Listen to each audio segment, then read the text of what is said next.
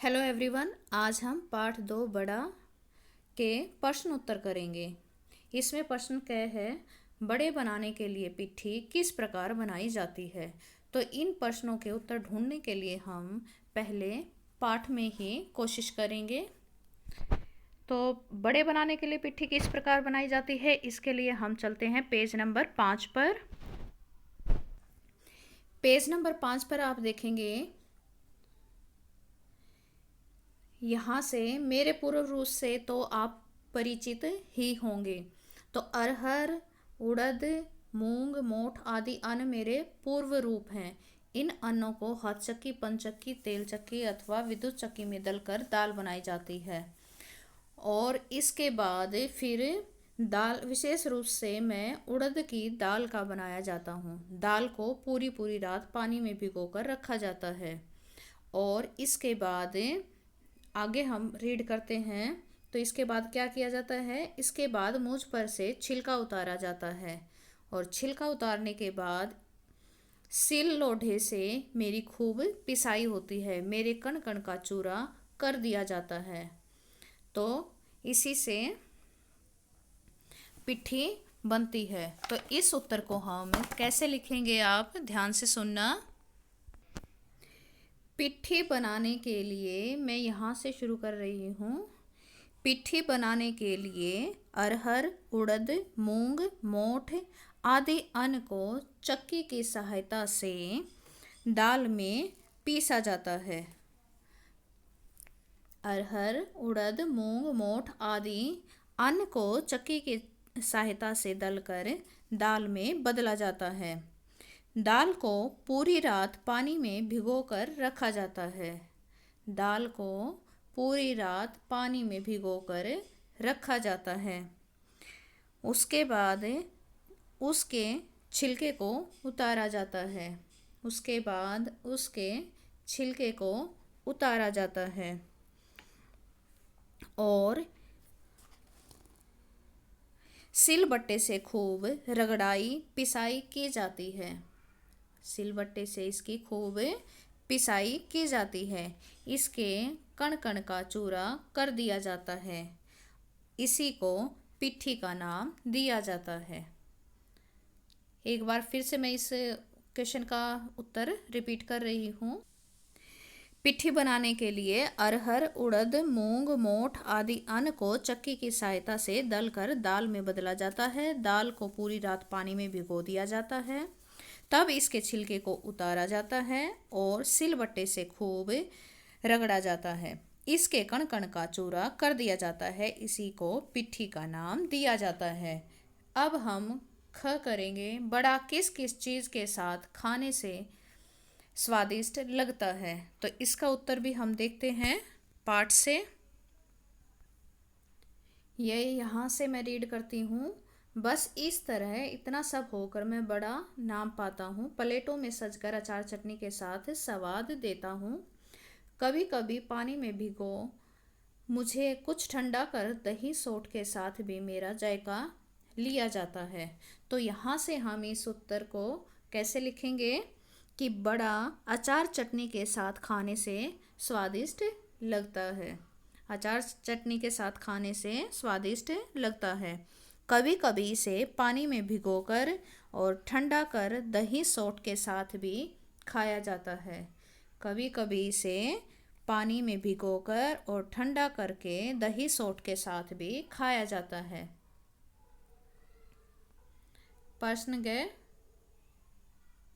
खाला जी का घर नहीं है बड़ा बनना। इस वाक्य में बड़ा बनने से क्या अभिप्राय है। तो इस वाक्य में खाला जी का घर न होना एक मुहावरा है और इसका अर्थ होता है आसान न होना या कठिन काम। खाला जी का घर नहीं है बड़ा बनना, इसका मतलब खाला जी का घर न होना, इसका मतलब है कठिन काम। और बड़ा बनने का काम आसान नहीं है।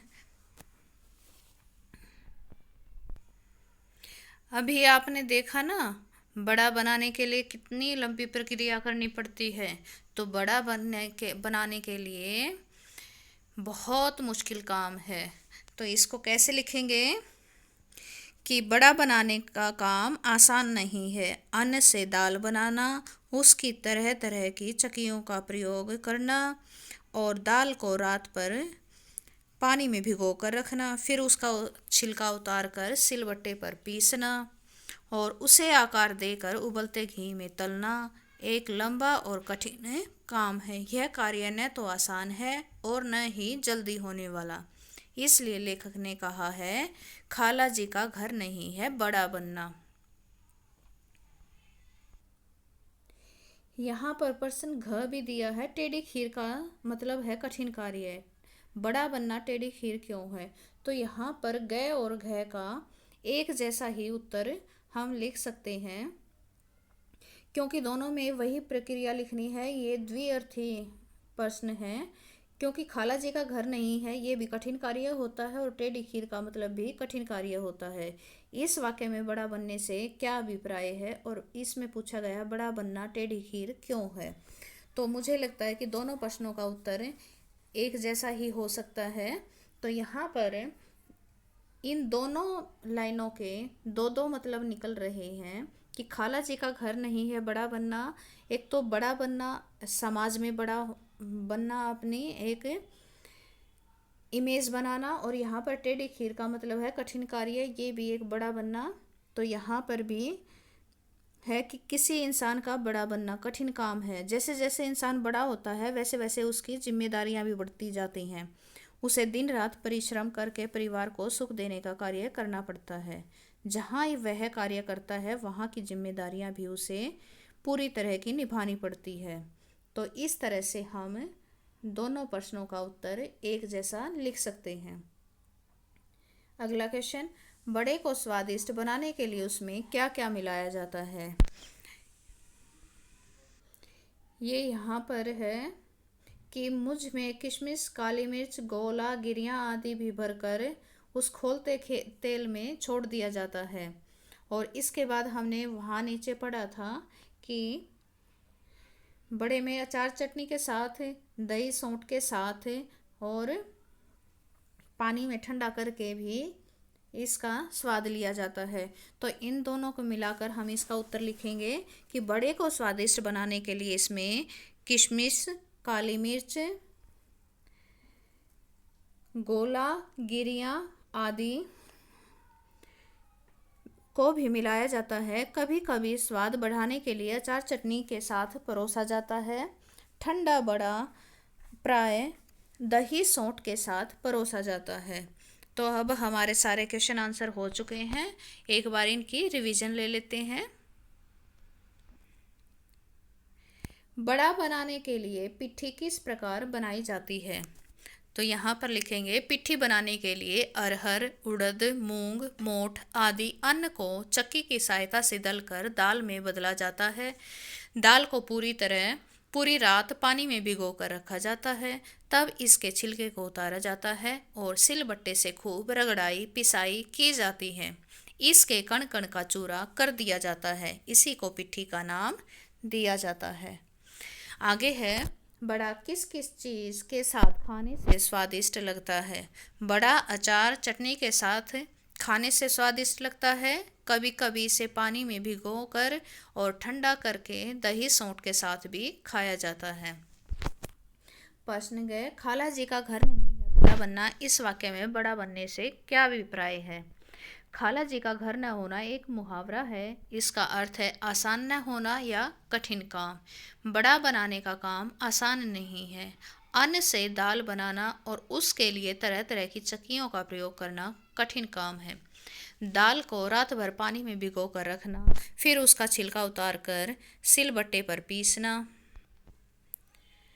फिर उसे आकार देकर उबलते घी में तलना कठिन और लंबा काम है। यह कार्य न तो आसान है और न ही शीघ्र होने वाला। इसलिए लेखक ने लिखा है, खाला जी का घर नहीं है बड़ा बनना।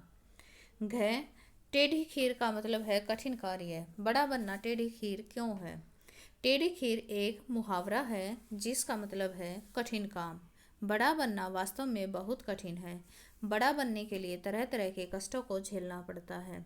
अन्न उगाना, अन्न को तरह तरह की चक्कियों में दाल में बदलना, दाल को रात भर पानी में भिगो कर रखना, उसका छिलका उतारना, पिसाई करना, उसे गोल गोल आकार देना, उबलते तेल या घी में तलना, कोंच कोंच कर परखना, प्लेटों में सजाना और तरह तरह के मसालों को छिड़कना आदि बहुत कठिन कार्य है। इसलिए लेखक ने माना है कि बड़ा बनना टेढ़ी खीर है।